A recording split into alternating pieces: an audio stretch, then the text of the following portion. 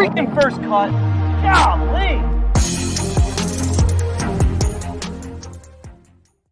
Welcome to the First Cut Podcast. I'm Rick Gehman, and this is our first look for this week's PGA Championship. It's a little bit of a course preview, a little bit of a field preview, maybe some outrights to look at. And joining me to break it all down, Greg DuCharme is here. What up, Greg? Hey, what's going on, guys? Looking forward to this one. This is going to be a cool event. I got a chance to watch some of the 2012 PGA. I got to watch some of those highlights, and I watched the final round the other night. So Kiawah is a great spot. I can't wait for this week. Certainly is. Sia Nejad rounding out our threesome for today. Sia, good to have you. Rick, I'm ready to move on. My Charles Schwartzel outright looks to be dead, so let's get started with the PGA Championship. I'm holding that ticket as well, and I'm not even sweating it because I don't think it's worth a sweat. But we've got the second major championship of the year here. Gentlemen, the PGA Championship. And of course, Greg, when we get a PGA Championship, and with a lot of the non-Masters majors, the course often becomes the storyline because we rotate and there's usually history. And the history that we have here at the Ocean Course at Kiawah Island is essentially most recently 2012, where Rory McIlroy went out there and just went absolutely scorched earth, beat everybody by 8 shots. It's the largest margin of victory in PGA Championship history. And since it then in 2012 played as the longest course in major championship history, it's been extended, and it's going to get that honor again this time, Greg. Yes, it is a big boy golf course, and it's not necessarily. I think its slope and its slope rating is the hardest in the country on the ground. So it is definitely a challenging test. It's going to be a little bit different than, say, a U.S. Open challenge. You're not going to see the thick rough you may see some thick rough, but that's not really, the fairways are wide. It's not like the narrow fairways that you see at Winged Foot with thick rough and fast greens. And that's not really the test here. It's a little bit more like a links style course, and you're on the ocean. So wind becomes a huge factor. And if the wind is down, if conditions are soft, if wind's down, if any of those things happen, then you can score out here. 7,800 yards is extremely long, but for the guys out on tour, it's still something that they can handle. So it is a challenge, but the real challenge comes from wind, it comes from the firmness of the property. And the other thing I find so interesting about this golf course is the severity in the runoffs. And when you miss greens, that's why when they get firm, it gets so challenging, because you can get way below, 8-10 feet below the surface of the green, and it's all a shaved area. And now you have that decision. What do I do? Do I chip something into the bank and run it up? Do I hit a flop shot?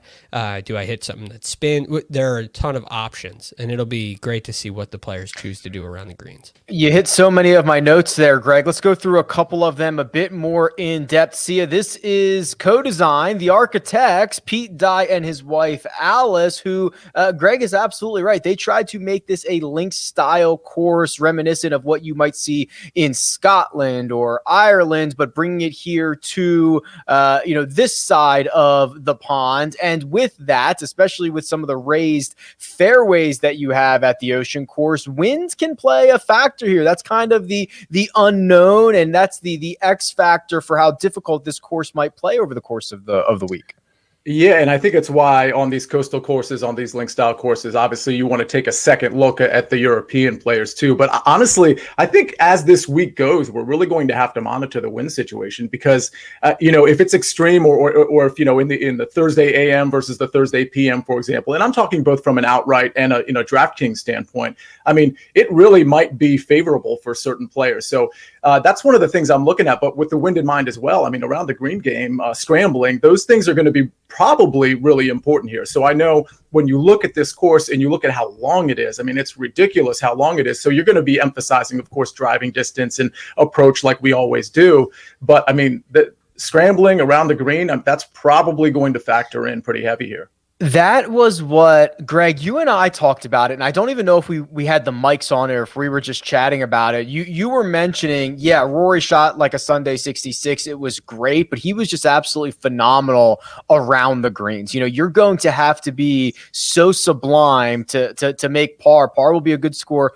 often out there at the Ocean course that, yes, the distance matters. Yes, of course, ball striking matters, but guys who are able to rely or lean on the short game a little bit certainly seem to be at an advantage because of how many greens you might be missing this week. You bring up a couple of great points there, Rick. You will be missing a lot of greens this week, and part of the reason is when you get wind and you get penalties, the way that you have opportunities for penalties all over the place at Kiawah Island, and it's not just the water. It's not just hitting it into the water or into a traditional penalty area, but there are certain places where if you miss a specific green to the right hand side, it's basically a half shot penalty at least. No chance of getting up and down, kind of a thing. The 17th hole comes to mind where there actually is water on the right hand side of the green, and so it asks you to play away from those areas, especially if you're in a 20-mile-an-hour crosswind or something along those lines. So now you have to play a little more conservative, and that leaves you with difficult pitch shots, difficult chip shots. So guys, even when they're at their very best ball striking wise, are going to bail out upon occasion, especially come Sunday afternoon. And that's what we saw with Rory McIlroy. He missed a lot of greens. He was not necessarily a pinpoint off the tee. He wasn't pinpoint with his irons. He was hitting it. He hit some great shots, of course, but where he really made his hay was getting up and down, making 6 to 8 foot putts all day for par. And he really never let anybody get back into the tournament because he made birdies when he had chances, but he really, when he missed greens, when he played safe, he was able to make pars.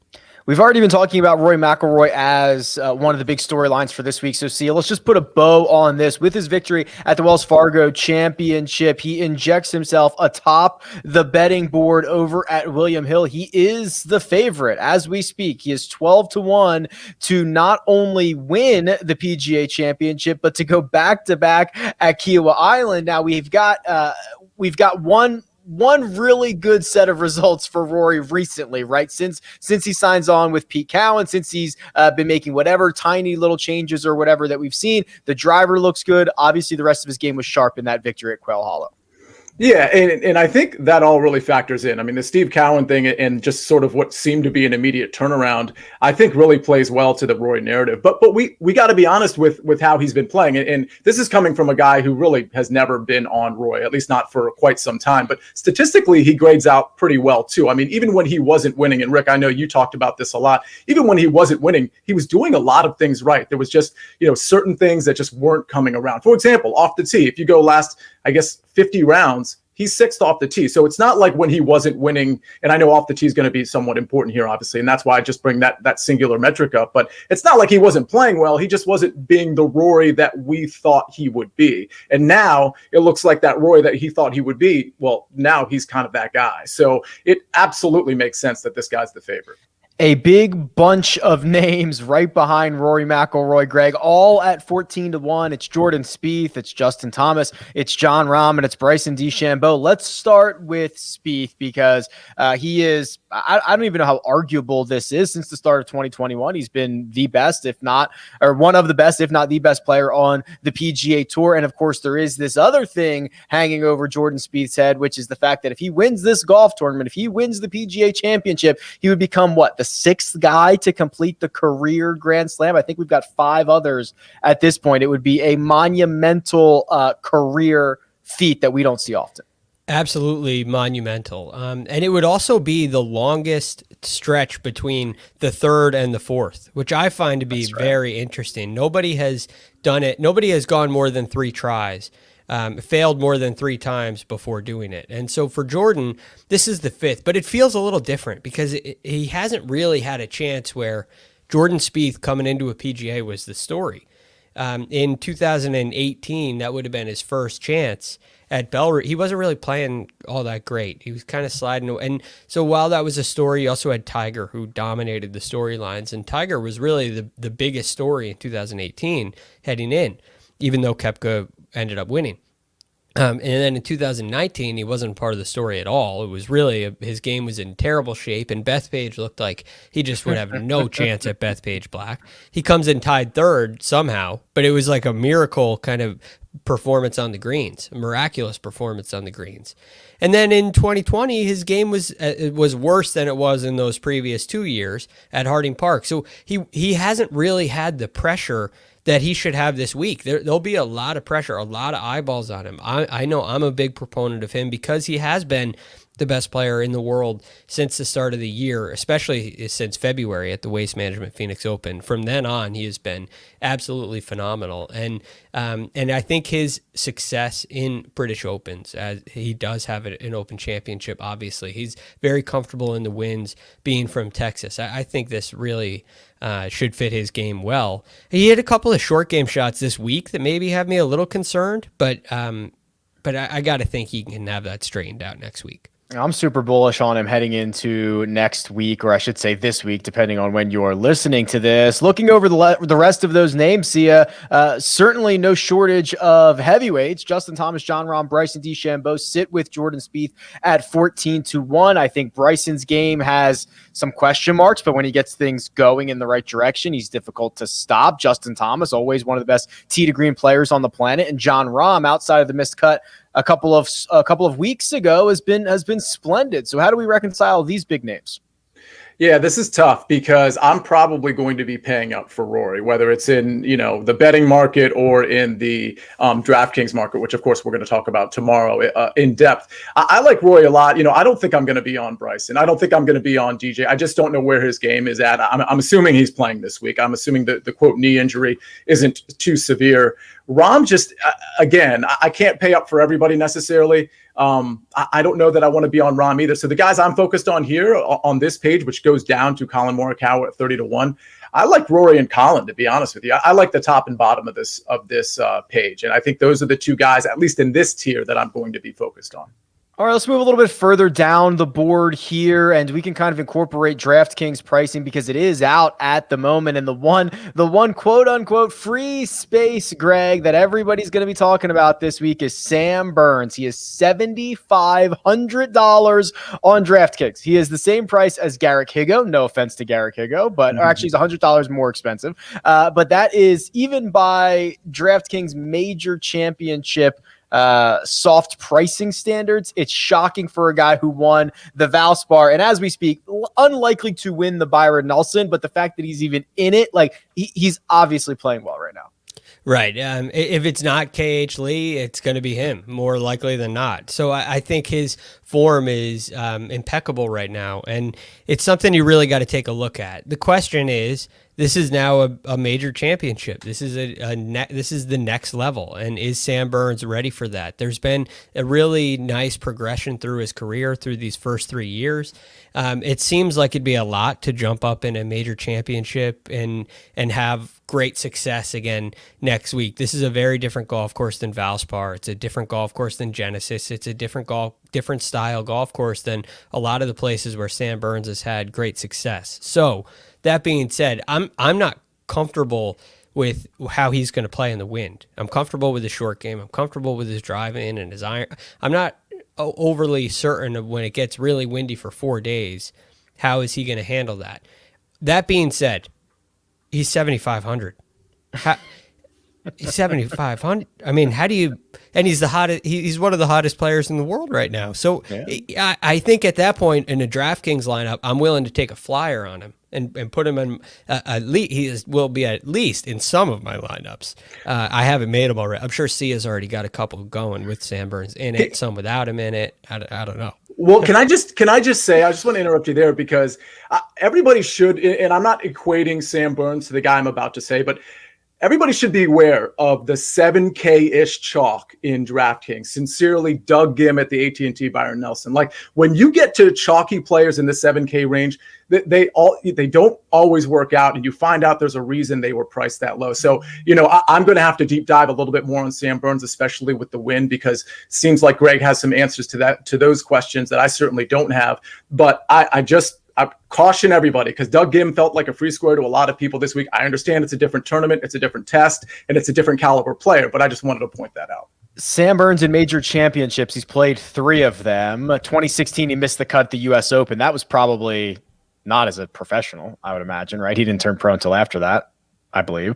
He finished right. T41 at the 2018 U.S. Open, and then he's played the PGA Championship once, 2019. Finished T29, 3 major championships. That's his experience. So we'll certainly see how it goes in his 4th this week. Greg, a little bit further, I've circled names like, Paul Casey at 50-1, Corey Connors at 66-1. I'm obviously a big proponent of ball striking. I do worry about their short game prowess. Is there anybody else kind of in that range that we might want to keep an eye on as we start to turn our attention to this major championship? As you're looking at you're saying some of these dark horses, right, Rick? Correct. Yeah, there are definitely some interesting names down here. Like I think Matt Wallace is someone who is just so hot. You have to consider him, and another one of those European style players. So I really like his style. I'm going to give you a guy that's a little bit farther down, and on DraftKings he's in the mid 6s, and I think he's sitting at 6,600. And it's Alex Noren. And Alex Noren to me is really interesting right now. He came in 21st at the Valspar. He came in 25th at the RBC Heritage. He's a guy who has a lower ball flight. So he plays with a strong club face. I like his golf swing, and I like the way he putts on the greens too.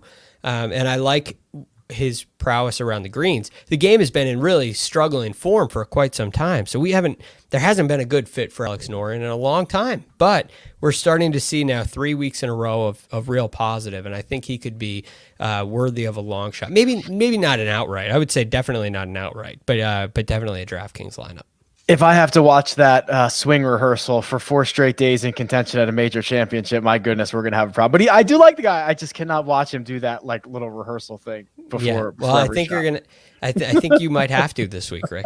All right, fair enough. Sia, as you look over the betting board, as you look over the DraftKings player pool, is there anybody that offers a hair more value that you're going to be targeting this week? Well, I got an early number on Abraham Answer at 66-1. Now, I think that's down to like 45, 50-1, depending on where you look. I believe at William Hill, it's 45-1. I like Answer. The ball striking has been great. I like Bubba Watson and Siwoo Kim as well. I mean, Siwoo Kim, if you want to talk about Pete Dye, obviously he's always going to come up, but let's just talk about the pure metrics here. Last 50 rounds, tee to green, he's 15th. If you just fast forward to the last 12 rounds, he's 18th. Then you have the Pete Dye narrative. And by the way, last 50 rounds around the green, he rates out 4th. So he seems to check really a lot of the boxes.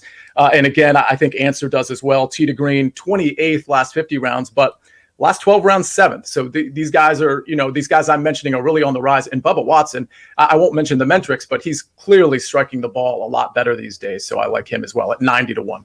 Abraham Answer 50-1 at William Hill. And we've started the show talking about the course, and we're going to end the show talking about the course because our very own Kyle Porter has checked in with a question. Greg, what characteristic of this course is most different than other majors and or tour courses? That seems like it's right up your alley. Yeah, I would say the number one thing to me, it's fascinating. I don't even think there are many courses, links courses in the UK that are like this, where it goes basically straight out and straight back in on both sides. So you will play stretches of 4 or 5 holes in a row that are all downwind or all into the wind, and you're going to turn a corner and it will change dramatically. So depending on wind direction, the stretches of holes out there get incredibly difficult or much easier. And so what you see, and we saw a lot of this in 2012, is you'll see guys go on runs and they may birdie the first 4 holes in a row and make a huge move, and then they turn the corner and go back into the wind, and it kind of loses you. So the conditions out here, they play a huge role in Open Championship in that rota. But it's a little bit different because of the direction that the holes go. It's a very interesting thing to watch, and I think it provides great drama. Great drama. I'm sure it will provide all week long for the 2021 PGA Championship. But for now, that'll do it. We'll be back on Monday with a full DFS preview. We'll be back on Tuesday. You'll get sick of us by the end of the week. And fingers crossed, gentlemen, that we can get through the rest of this Byron Nelson without a stoppage, because it's looking pretty wet out there. But for now, Let me thank producer Jacob. He does all the hard work behind the scenes. Let me thank Nejad. You can find him on Twitter at Nejad. That's Greg DuCharme. You can find him at The Real GFD, and you can find me at Rick Run Good. This has been The First Cut, and we'll catch you next time.